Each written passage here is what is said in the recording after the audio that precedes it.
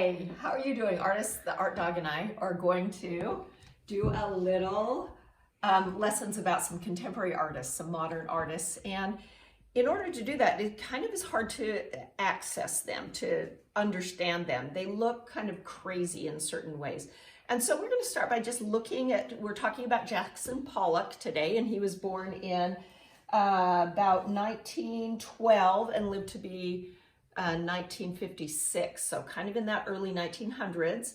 And this is the kind of work he did, and it was really revolutionary. And I'd like you to look at this for just a minute before we start on what we're going to do, and ask a few questions. I think, I see, and I wonder. So I think, and you can pause the video and answer those three questions for yourself. Write down some things that you think about this, some things that you see, and then some things that you wonder.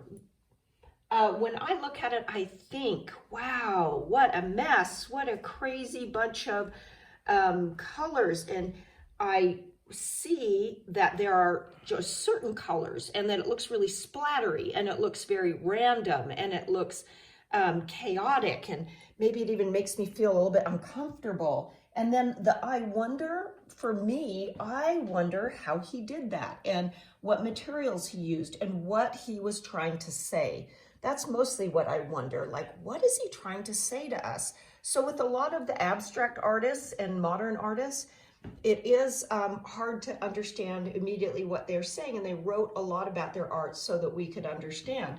So he was beginning to be one of the first ones to talk about art in the sense of no form. He didn't want to represent something with his art. It's non-representational art. So he wasn't going to draw a dog to look like a dog or a tree to look like a tree. He was trying, as one of the abstract expressionists, to paint a feeling, to paint a motion. And for him, he was one of the very first ones, Jackson Pollock, to do motion art, or action art, as some of them called it.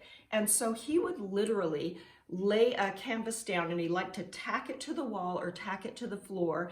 And so he had a hard surface underneath, and then he used very unusual, not paintbrush and usual paints, but he would take house paint, he would take dyes, he would take all sorts of different materials, but he would use all sorts of different tools, like syringes to splatter, and sticks to move things around. He would use trowels, he would throw sand and throw other materials onto the page. It was a little bit before some of the people who were really doing mixed media and a lot of things, but he would add all sorts of textures and things to his canvas. And the real main thing about him is he would dance around his canvas.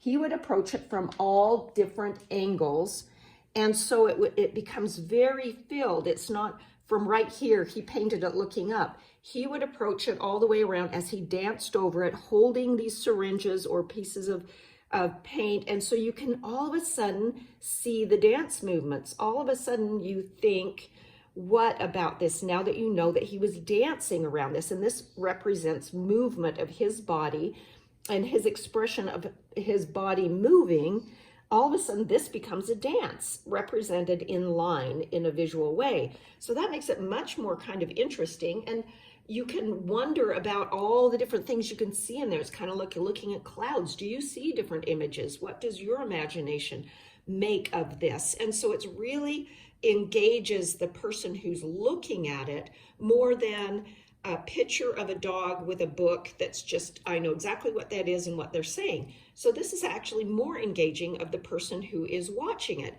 So given that, let's try our own little Jackson Pollock, and you can do it with any materials. He did it with a lot of different materials. So I started with some poster paints and just spreading them out as I moved. You know, we probably won't have a big canvas that we're dancing around at home. Your parents probably won't love you for that. But if you put something underneath it, behind it, and put a piece of paper on top, you can move the paint around as you, and move your arm. Your arm becomes the motion. And move the paper as you do it so that you approach it from all different sides and it kind of has an evenness to it.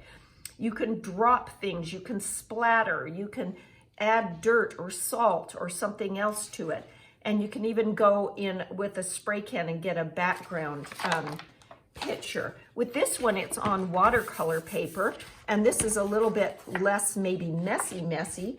And you can even, if you don't have watercolors, which I just kind of sprayed some watercolors and then used a spray bottle to get here, turned out really dark. And so when I'm looking at his work, I see all the white paint in there and seeing that fluid. So maybe you mix the media, which certainly doesn't matter. Maybe I take this acrylic and move it around, as that's kind of thick, but you know, if you can move another bunch of media around to give it a different dimension, and try to, even if you don't have watercolors, what if you take just some basic food coloring and do some drips? And with dripping it, sometimes I move the paper and blow on it so that it moves around the stuff. So just kind of have fun with the movement that you can find in these paintings and adding different. He was pretty monochromatic as far as black and white and gray, and a lot of the modern artists were, but you can play with color and shape and line and just see what you can get and make a beautiful. He was also very intentional. This just wasn't a mess.